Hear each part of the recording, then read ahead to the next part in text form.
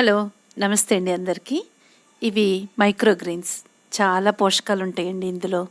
ఎక్కువ కష్టపడకుండా మనం ఇంట్లోనే ఎంచక్కా బాల్కనీలో పెంచుకోవచ్చు వీటిని. ఈవిడ నా స్నేహితురాలు ప్రమీల.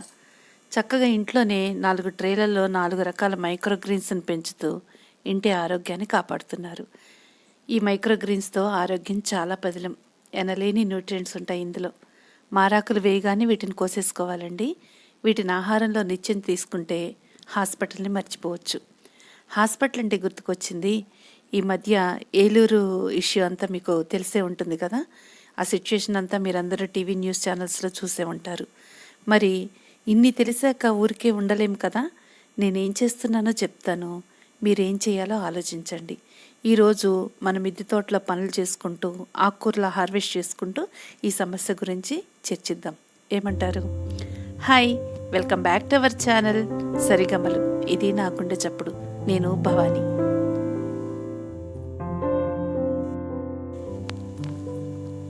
ప్రస్తుత పరిస్థితుల్లో రసాయనాలు లేకోకుండా కూరలు ఆకుకూరలు పండించుకోవడం ఎంత అవసరమో బాగా తెలిసొచ్చిందండి. ఎందుకంటే ఏలూరు సిచ్యుయేషన్ చూసాం కదా. అందుకని ఇప్పుడు చూడండి, ఇది గార్డెన్ సాయిల్ పాత మట్టే ఉంది. దాంట్లో ఒక 5 కేజీల దాకా వేపపిండి కలిపాము. ఇది మట్టి కల్పిస్తున్నాను కుండీలో వేద్దామని. ఇది కంపోస్ట్. ఇది ఒక 50 కేజీల దాకా వేసాను. అందులో 100 కేజీల బస్తా, అది 50 కేజీలు కంపోస్ట్ వేసి ఒక 20% కోకోపీట్ కూడా వేసి సాయిల్ని మిక్స్ చేసామన్నమాట. ఈ సాయిల్ మిక్సింగ్ అనేది టెర్రస్ గార్డెన్లో మొక్కలు పెంచడానికి చాలా చాలా అవసరం అండి. దీన్ని తరోలీ చక్కగా కలుపుకోవాలన్నమాట. మొత్తం కూడా మిక్సప్ చేయాలి. లేదంటే ఒక చోట ఎక్కువ ఒక చోట తక్కువ అట్లా ఉంటుంది. గడ్డలు లేకుండా చూసి కలుపుకోవాలి. ఇది కోకోపీట్ ఇప్పుడు వేసేది. అది 20% దాకా వేసా, అంటే ఒక 20 కేజీల దాకా వేసానండి. ఇవన్నీ పాత కుండీలు, అవన్నీ ఖాళీ చేసి మట్టి కలుపుకున్నాం కదా. మళ్ళీ పోషకాలు వాటికే అవసరం కదా. మట్టికి కూడా ఎంత న్యూట్రియంట్స్ ఇస్తే మనం ఆ మొక్కలు కూడా అంత బాగా పెరుగుతాయి అన్నమాట. మళ్ళీ ఇవన్నీ కుండీల్లో నింపుకున్నాను. కొన్ని టబ్స్ అవి తీసుకున్నాము. ఆ టబ్స్కి హోల్స్ అవి చేసి అందులో రాళ్ళు పెట్టి మట్టి నింపుకోవడం జరిగింది. ఇవన్నీ దేనికంటే కొత్త విత్తనాలు తెప్పించాను, దేశవాళీ విత్తనాలు. తెల్ల తోటకూర, ఎర్ర గోంగూర, బచ్చల కూర, చుక్కకూర, గోరుచిక్కుళ్ళు, ఫ్రెంచ్ బీన్స్, కాకర, బెండ, ఆనప, చిక్కుడు గింజలు, ఇవన్నీ కూడా దేశవాళీ విత్తనాలు తెప్పించుకున్నాము. అయితే ఇవన్నీ వేయాలి, విత్తనాలు వేయాలి, కొత్త మొక్కలు పెట్టాలి.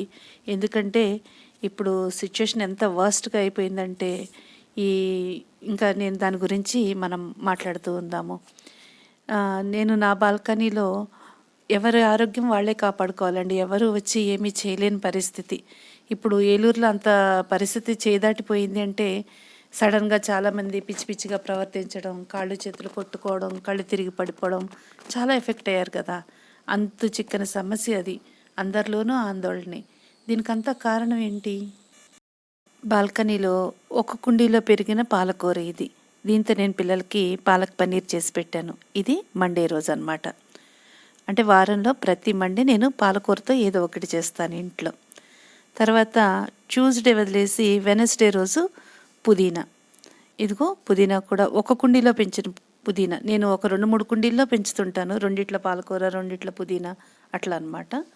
ఆ పుదీనాని హార్వెస్ట్ చేస్తే కోసుకుంటే ఇదిగో ఈ గిన్నెడు వచ్చింది. దీంతో పుదీనా రైస్ చేశాను బుధవారం రోజున. ఎందుకంటే ఆకుకూరలు మాత్రమే మనకు ఆరోగ్యానికి ఇస్తాయి. ఒకరోజు ఆకుకూరలు వండుకుని ఇంకో రోజు ఇంకేదైనా వండుకోవచ్చు, మన ఇష్టం. మనం వెజ్ తింటామా, నాన్ వెజ్ తింటామా, ఇంకా ఎవరిష్టం వాళ్ళది, ఎవరి అలవాట్లు వాళ్ళవి. కానీ వారంలో ఖచ్చితంగా 3 రోజులు మాత్రం మనం ఖచ్చితంగా ఆకుకూరలు తీసుకుంటే మన ఆరోగ్యం మన చేతుల్లో ఉంటుంది. ఇట్లాగే కొత్తిమీర కూడా అంతే. ఒక 2-3 ట్రేలలో లేదా 2-3 ఇలా చిన్న చిన్న బాస్కెట్స్లలో, ట్రేలలో పెట్టి పెంచుతుంటాం అన్నమాట. ఈరోజు కొత్తిమీర అంతా కోసి కొత్తిమీర పచ్చడి చేశాను నేను. ఒక 2 టమాటాలు వేసి కొత్తిమీర పచ్చడి చేశాను. అయితే మనం ఇందాక మాట్లాడుకుంటున్నాం కదా, ఏలూరు బాధితుల బ్లడ్ శాంపిల్స్లో లెడ్, నికిల్ చాలా ఎక్కువగా ఉందన్నమాట. అసలు ఇది ఎట్లా వచ్చింది ఏంటి అని ఆలోచిస్తే ఎంత ఆశ్చర్యకరమైన విషయాలు బయటకు వచ్చాయంటే, ఈ లెడ్ వల్లనే ఈ న్యూరోటాక్సిక్ లక్షణాలు కలగడం, బ్రెయిన్ ఎఫెక్ట్ అవ్వడం అని ఎయిమ్స్ రిపోర్ట్ ఇచ్చింది. అదంతా మీరు వినే ఉంటారు. మరి దీనికంతా కారణం గాలా? కాదు. నీరా? అసలే కాదు. పాలా? అంతకన్నా కాదు. మరి ఏంటది? నమ్మలేని నిజం, జీర్ణించుకోలేని నిజం. కూరగాయల్లో అధిక మోతాదుల్లో ఉన్న పెస్టిసైడ్స్, వాటి వల్లనే ఇలా జరిగింది అనేది వాస్తవం. దీనిపై కేంద్ర రాష్ట్ర ప్రభుత్వాలు చాలా ఆందోళన పడ్డాయి, చాలా ఆలోచనలో కూడా పడ్డాయి. ఇదిగో ఇలాంటి టబ్స్ ఒక 2 ఉంటే చాలండి, చక్కగా తోటకూరని పెంచుకోవచ్చు మనం. ఒక 15 రోజుల్లో ఆకు కోసుకోవడానికి వచ్చేస్తుంది. ఒక 6 ఇంచులు పొడవు ఉంటే చాలు ఈ టబ్స్, పెద్ద లోతుగా ఉండాల్సిన అవసరం లేదు. దాన్ని మొన్న బుధవారం రోజున నేను పుదీనా చేశాను కదా, గురువారం వదిలిపెట్టి శుక్రవారం రోజున తోటకూర అనమాట. ఈ తోటకూరతో పప్పులో వేసి తోటకూర చేశాను. తర్వాత బచ్చల కూర విత్తనాలు వేశాను. ఒక చిన్న టబ్లో వేస్తే కుండీలో ఒక 5-6 మొక్కలు వచ్చాయి, 6 మొక్కలు వచ్చాయి అనమాట. వాటిని మళ్ళీ అది ప్లేస్ సరిపోవట్లేదని మళ్ళీ పెద్ద కుండీలోకి మార్చుకుంటే ఇది బచ్చలి కొంచెం ఏమంటారు, మొండి వైఖరి కలిగిన మొక్క అనమాట. అది బాగానే పెరుగుతుంది. ఆ 4-5 చెట్లు కూడా బతికాయి, చక్కగా పెరుగుతుంది. తీగలు కూడా వేస్తున్నాయి బచ్చలి. వారంలో ఒకరోజు ఈ బచ్చలతో ఏదో ఒకటి చేస్తాను నేను, పచ్చడి కానీ ఏదో ఒకటి చేస్తాను, పప్పులో వేయడమా ఏదన్నా కానీ. ఇక ఇది చూడండి, ఆనప చెట్లు అనమాట ఇవి. వీటికి ఎఫిడ్స్ వచ్చాయి, నల్ల చీమలు కూడా పట్టున్నాయి అనమాట. దీనికి ఏం చేయాలి, మనం కొంచెం బూడిద పొడి చల్లితే ఇవన్నీ పోతాయి అన్నమాట. దానికోసం నేను ఏం చేశానో చూడండి. అయితే కేంద్ర రాష్ట్ర ప్రభుత్వాలు ఇప్పుడు ఎంత స్ట్రిక్ట్గా ఒక నిర్ణయం తీసుకుని ఏంటంటే పురుగు మందులు మోతాదుకు మించి వాడటం వల్లనే ఈ ఇబ్బందులు, అనారోగ్యాలు వచ్చాయని గ్రహించి ఇకపై సేంద్రియ పద్ధతుల్లోనే కూరగాయలు పండించాలి ఎట్టి పరిస్థితుల్లోనూ అని చెప్పేసి రైతులకి స్ట్రిక్ట్గా వార్నింగ్ ఇవ్వడం జరిగింది. ఫైనల్లీ ప్రతి ఒక్కరు ఈ విషయం పైన ఆలోచించడం మొదలుపెట్టారు. చాలామంది రియలైజ్ అయ్యారు. నేను చెప్పేది ఏంటంటే, ఎక్కువగా ఎన్నో చేయలేకపోయినా అట్లీస్ట్ ఒక్క 4 కుండీలు పెట్టుకుని 4 రకాల ఆకుకూరలన్నా మనం పండించుకుంటూ మన ఆరోగ్యాన్ని, మన ఇంటి వాళ్ళ ఆరోగ్యాన్ని, మన కుటుంబ ఆరోగ్యాన్ని మనం కాపాడుకోవడం అనేది చాలా తెలివైన ఆలోచన, చాలా సమర్థనీయమైన పని అనేది నా ఆలోచన అండి. నేను నా వీడియో ద్వారా నేను ఏం చెప్పాలనుకున్నానంటే, కొంచెం కష్టపడి కొంచెం మన ఆరోగ్యాన్ని మన చేతుల్లోకి తీసుకుంటే బాగుంటుంది అని నేను చెప్పదలుచుకున్నాను. ఇది చూసి కనీసం 4 మోటివేట్ అయినా చాలండి. నేను ఈ వీడియో చేసిన దానికి సార్థకత ఉంటుందని నేను భావిస్తున్నాను. నేను గొప్పగా ఏదో చేస్తున్నానని కాదు, అట్లీస్ట్ చిన్న చిన్నగా ప్రయత్నం చేసి ఒక్క 4 రకాల ఆకుకూరలు పెంచుకున్నా సరిపోతుందండి. మన ఆరోగ్యం మన చేతుల్లోనే ఉంటుంది. అది చెప్పాలనేది నా ప్రయత్నం అన్నమాట. నా ప్రయత్నం మీకు అర్థమైతే మీరు కూడా ఇందులో ఇక దిగండి.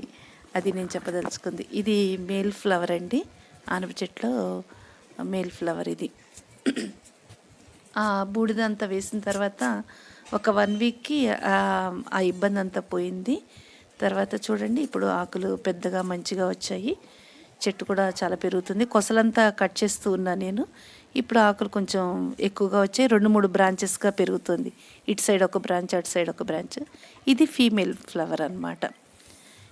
ఇప్పుడు ఇవన్నీ కాయలుగా మారుతాయి. చూడండి, 3 కాయలుగా పిందెలు వేసాయి కదా. ఈ 3 పిందెలు త్వరలో కాయలు అవుతాయి అన్నమాట. చూద్దాం ఏం జరుగుతుందో.